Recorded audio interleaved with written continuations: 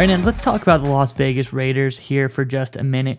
The Raiders have had some interesting, to say the least, quarterback news, drama, whatever you want to call it, in the last couple weeks leading into the offseason. Even starting at the very end of the season is where this all begins. But it's taken an interesting turn. Derek Carr has kind of spoken up and gave some information on his side of things, and we're going to get to that here in just a moment. But Raiders fans, it seems as if Derek Carr definitely will not be your quarterback next year, and we don't know who the quarterback is going to be as of yet.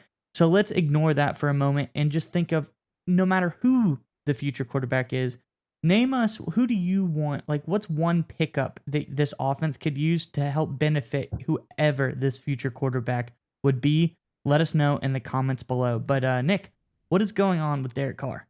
Yeah, so obviously you alluded to it, Miles, that towards the last two games of the season, Derek Carr was benched. In fact, he separated himself from the Raiders football team, and obviously the Raiders are moving on from Derek Carr from the quarterback position. And Derek Carr has been relatively quiet, at least in the public sphere, but he tweeted something yesterday that we wanted to talk about here. And if you want to go ahead and throw the tweet up for the viewers, that way they can see it, and I'll kind of read from it here too. Carr tweeted, "Thank you to all the people reaching out, trying to give me their platform to tell my side of what happened. It's the hardest thing in the world not to jump on every interview and tell the whole truth. Thank you, but I'm choosing to move on and give our next city our best." So obviously Derek Carr he's trying to do like the righteous thing here. Say, listen, I don't want to throw anybody under the bus or anything like that. But I want to point out something here that really would frustrate me if I'm a Raiders fan, especially how Derek Carr is wording this here. When he says, tell the whole truth, it's almost like he's insinuating there's some vast conspiracy, like there's some evil dark webs, under the scenes of the Raiders organization that are against them, that threw him under the bus, that are making the scapegoat and say, hey, Derek Carr's all our problems. We're shoving him out the door. Miles, that's not the case at all, right? This is all about business. It's all about economics. It's really what it comes down to. So I looked at the salary cap hits for Derek Carr, Miles, and starting next season, Derek Carr has a cap hit of $35 million. In 2024, he has $44 million, and in 2025, he has $43 million. That's an insane amount of money, Miles. And we compare against other options the Raiders could potentially get, whether it's a guy like Tom Brady, who's been rumored there, right? That's about 25, $35 million. Whether it's a young quarterback, obviously very cheap, or whether it's a guy like Jimmy G, who's somewhere in between Brady and a young quarterback, that's a lot cheaper dollars than what Derek Carr is getting versus the performance he's putting on the football field. Don't get me wrong, Miles. I think he's a good quarterback. I think he's done a nice job, but he's not $44 million, $35 million over 2-3 years each year, that kind of cap hit money. I think this is just showing that Derek Carr is taking this a little personally, because this move to me was all business. What do you think about this Derek Carr's tweet and just the Raiders' decisions at the quarterback position right now?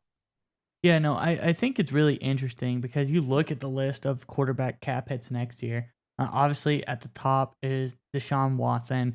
And regardless of if he can come back to close to where he was, he's definitely better than Derek Carr. Next on that list, you have Dak Prescott, who is better than Derek Carr.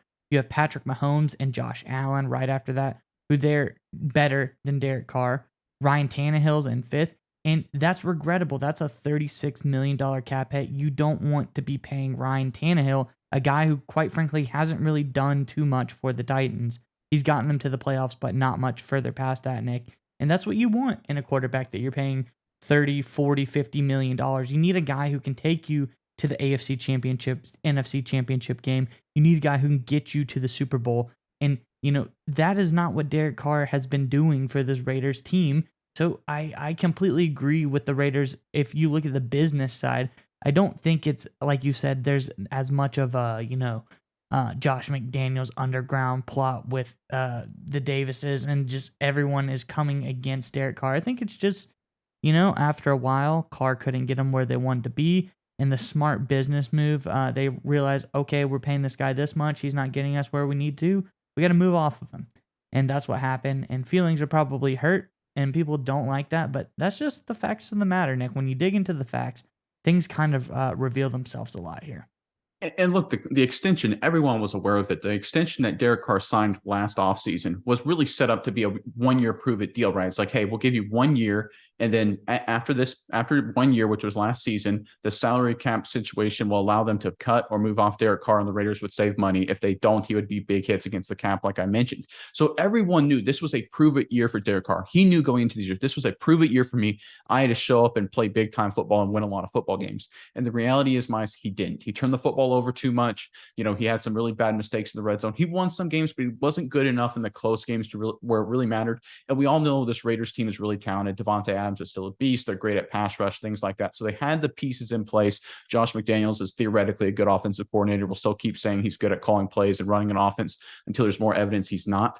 But I think the reality is, coming into the season, Derek Carr and everyone in the Raiders organization, frankly, everyone in the NFL, knew this was a prove-it year for Derek Carr, and he didn't get it done. So that's the whole truth, Derek, is you weren't good enough to get it done this year, and the Raiders have to make the smart business move to move off of you and address it differently this offseason. So I think this is a smart move by the Raiders. I think Derek Carr would be better, honestly, for the rest of his career if maybe he doesn't take this personally, and like he said here, alluded to in his tweet, focus on the next team, because this is a business move here. It's strictly what it was, and the Raiders are making the right call.